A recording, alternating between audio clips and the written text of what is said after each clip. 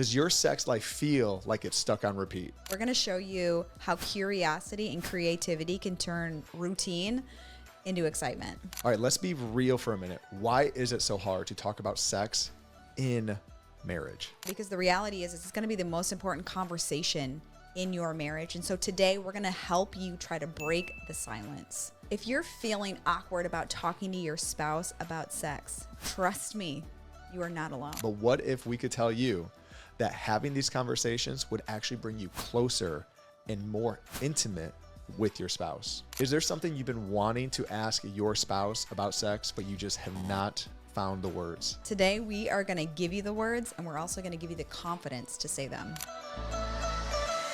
Open communication about sex.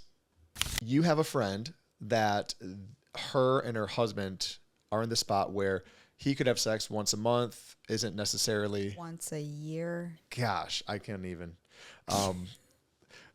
We got to pray for that dude. But the mindset of her wanting to have the conversation almost might be like, I don't even know where to start. Yeah. If he's just thinking once a year. Yeah. And so as we're talking about this and having open communication about sex, what are some of the things that you would share with her on how to start dropping these, how to have the conversation with him to get him to that place to open up? I mean, the reality is, after being married for so many years, like, you just have to have the hard conversation. Yeah. You know what I mean? I think the subtle hints, the sexual touching, the asking and the being denied, like, after so long, you have to have the hard conversation. Yeah. You have to use the right words, because you don't want to you don't want to shame your spouse. You just have to verbalize your needs. That's good. The Bible is very clear about a nagging wife. Go look it up. Go look up all the nagging wife scriptures. There is a ton of them. And so being a nagging wife is not going to get you what you are desiring. And so you have to communicate in such a way that you're telling your spouse, these are my desires, and I feel like they're not being met. And in turn, that makes me feel fill in the blank. I don't feel loved. I don't feel desired. I don't feel needed. And you have to let your spouse know the way that it's making you feel. It's not you're doing this. It's this is how I feel. Because you really can't tell them, what I mean? You can't point the finger. The only real data you have is how you feel. That's the only truthful data you have. You don't know their motives. You don't know the day that they had. You don't know fully, like, if they've had past trauma. You don't know the extent of it. You weren't there. And so the only real data you have is how it's making you feel. That's good. So that was Proverbs 21:9. Better to live on the corner of a roof than to share a house with a quarrelsome wife. Proverbs 21:19. Better to live in the desert than with a quarrelsome, nagging wife. And let me tell you, I've been to Arizona. And it is hell. The desert is hell. If you live in Arizona and you watch, God bless you. Well, but 2 weeks ago, living on the roof was like the desert here. It's like 115 degrees. It was crazy hot. And literally the Bible is saying it's better to be in those spots, to be in Death Valley, than to be with a quarrelsome, nagging wife. So again, tact matters. Absolutely. The way that you have these conversations. Now, let's say you and your spouse are in a great place and you have sex multiple times a week. You just want to know, hey, how do we try new things? How do we explore? Well, we actually put a list of questions together for you for free that you can download right below. You can go ahead and get that right now. But we're going to run through some of these fun and playful questions to ask your spouse. Now, we're not going to answer these. We're just going to read through them. So the first one is, where is one place you would like to have sex where we haven't? Where is one place that you would like to have sex where we haven't? Or here's number 2. What's a fantasy you have? Number 3, what's something you want to try that we haven't? Like, these are going to open up communication. Right. These can be text messages that you send, just like you mentioned earlier. This could be as you're driving on your way to church with no kids in the car, having these conversations. Pro tip, ask your spouse if this is a good time, because your daughter might have your phone and be reading it. Like that happened the other day. You just shouldn't let her have the phone anymore. It is. My kids don't even have my phone often. She was making like an emoji or something. I know. I'm like, listen, you gotta I've told you before, you got to ask, hey, is this a good time? That was on you. I don't even know what I said. What did I say? I don't remember either, but still. Yeah.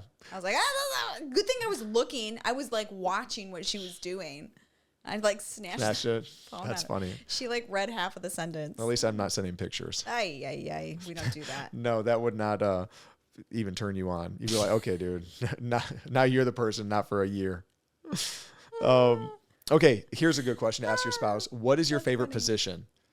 Right? You want to know that kind of stuff. Yeah. What is your favorite position? Another question. What type of setting or atmosphere makes you feel the most comfortable and excited? Is it candles? Is it music? Is it in the living room, on the floor, on the hardwood floor? Said no one ever. That's not it. What's a non-sexual thing I do that turns you on? What's the answer for that for you? That's a great question. Actually, I like to watch you when you're like in the zone, when you're like teaching or leading or like doing something that you're really, really good at and you're like confident in it. It's actually not when you're trying to be sexual and perverted towards me. Yeah, I understood. Which is all the time. 95% of the time. I'm just going to start doing leadership stuff all the time. Start preaching at me. Oh, yeah. Hey, do me a favor right now. Hit that subscribe button if that helped you right now. What's something that makes you feel really attractive? Like I feel good about myself. Yeah. Oh. Because when you feel good about yourself, you're more likely to have sex. No, it's true. Like when I've had a really good workout that day, when I'm eating really well. Did you go to the gym yet today? No, your mother left us and I don't have time. Did you eat good today? just trying to see where this day is going. I got a haircut. Yeah, I know. It looks good too. So do you feel attractive? Yeah. You and look it's great. when I can like get a full shower, like all the things. If you notice right now, Krissy's haircut, I just want you to comment that below. Looking good. Yeah, there you go. You can even comment an emoji, little boom. Okay, here's a question. What kind of foreplay do you enjoy the most? Now, I'm not asking you this question. I know, I ain't going to answer that. the ones that aren't sexual, I'll ask you. But these ones, right? So that's a question. That's a great question to ask your spouse. We've actually had that conversation before. We're like, what do you enjoy the most? What type of lingerie or outfit would you like to see me wear? None. Deal. Done. Is there a fun or romantic experience we could create together that would make sex feel more adventurous? Okay, so we have 35 of these questions. Let's just pop through a couple of them and just see what other ones we have. Let's see. You find one that looks good to you, and I'll read one that looks good to me. Like this one. When do you feel closest to me sexually?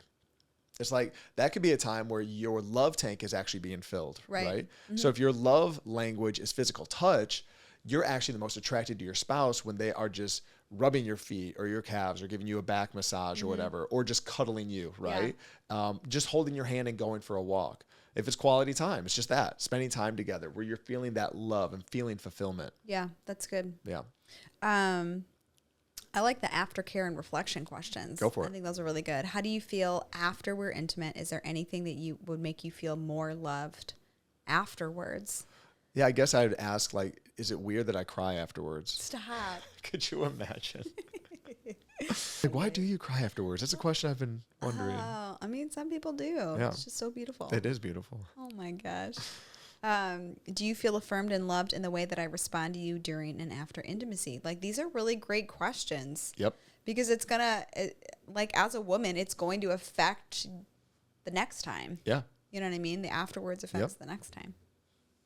Another one for after and reflection is, how can I better support your needs and feelings after we've been intimate? Yeah. How can I console you while you're crying? Get me a box of tissue and some chocolate. I want it too. Yeah. I want that too. So we have different areas. So there's the fun and playful questions, there are intimacy connection questions, open communication and trust questions, exploration and growth questions, and then the aftercare and reflection questions. So like, again, since we're talking about communication, here's a couple of communication questions. Do you feel heard and understood when we talk about sex? If not, how can I improve? Mm-hmm. Like, that's a good question, especially for your friend. asking, because maybe your friend is the one who, again, she wants to try new things and everything, but to know where is her husband's heart? Like, hey, do you, now we're having these conversations, do you feel like I'm hearing you? Yeah. Do you feel understood? And vice versa. Like now he can ask her, like, as he's trying new things or whatnot, or just trying to have sex twice a year instead of just one time a year. Does she feel understood? Right. Does she feel heard? Right.